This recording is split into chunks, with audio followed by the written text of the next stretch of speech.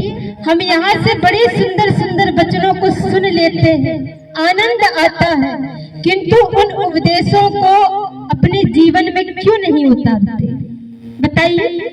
आज जो विराट हिंदू संगठन की परियोजना बनाई गई है, इसमें हम सब सुंदर सुंदर उपदेश को सुनकर चले जाएंगे, किंतु मंथन कौन करेगा? कभी विचार किया है? मंथन अवश्य करना चाहिए और मंथन के साथ साथ सत्य के मार्ग पर चलो। हमारी संस्कृति को अपनाओ, हमारे सनातन को वेशभूषा को ग्रहण कीजिए। क्यों? क्योंकि पाश्चात्य संस्कृति हमारे देश पर आक्रमण कर रही है। एक समय वह था जब विदेशी आक्रांताएं आकर हम पर आक्रमण किया, हमारी संस्कृति को चोट पहुंचाई है, किंतु आज हम अपनी संस्कृति को भूल बैठे हैं। आपको दुख नहीं होता कि हम हिंदू हैं और हिंदू होकर ही अपना मंतव्य को भूल गए हैं?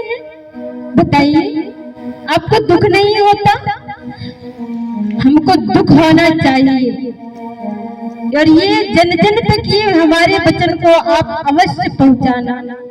कम ही आए हुए पर अवश्य पहुंचाना, क्योंकि गौ माता को बचाना हमारा मूल कर्तव्य है।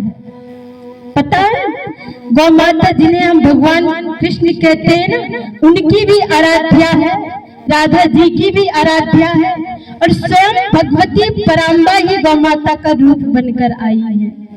इसीलिए गौ माता को बचाइए, अपनी सनातन संस्कृति को बचाइए, अपना अस्तित्व को खोने मत दीजिए, उसे पुनः जन जन तक बढ़ाइए। क्यों? क्योंकि आज सनातन धर्म अवलंबी कम हो रहे हैं। इसमें चिंता होने का विषय है।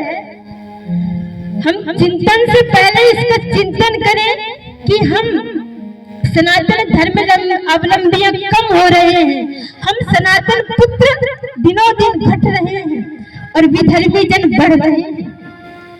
इनको बढ़ावा कौन देता है? आप हम जैसे। अरे जागो, उठो, आलस्य में मत पड़ो।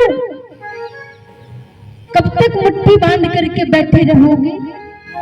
सनातन के प्रति भी जागरूक होइए, अपनी संस्कृति को, शिक्षा को, गुरुकुलों को, गौशालाओं को अन्वेषण कीजिए, इन्हें अग्रसर कीजिए।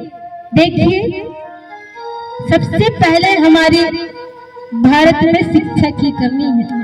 सबको ज्ञान है, गीता का, गायत्री का, सबका ज्ञान है, किंतु उस ज्ञान का सदुपयोग क्यों नहीं करते? अपने पुत्रों को क्यों नहीं सिखाते? अपनी कन्याओं को क्यों नहीं सिखाते? इसीलिए हमारी ये अवधारणा है कि हर क्षेत्र में गौ सेवा होनी चाहिए और शिक्षा अवश्य होनी चाहिए। यदि हमारी सनातन शिक्षा अग्रसर हो गई ना, बहुत दृढ़ हो गई, तो हमें अपने मार्ग से भटकना नहीं पड़ेगा। तो ये ऐसे सनातन के पद चिन्हों पर चलिए, हमारी यही विधि है, यही कहना चाहते हैं। तो आज गौ माता के विषय में भी बहुत सुंदर विवरण आता है।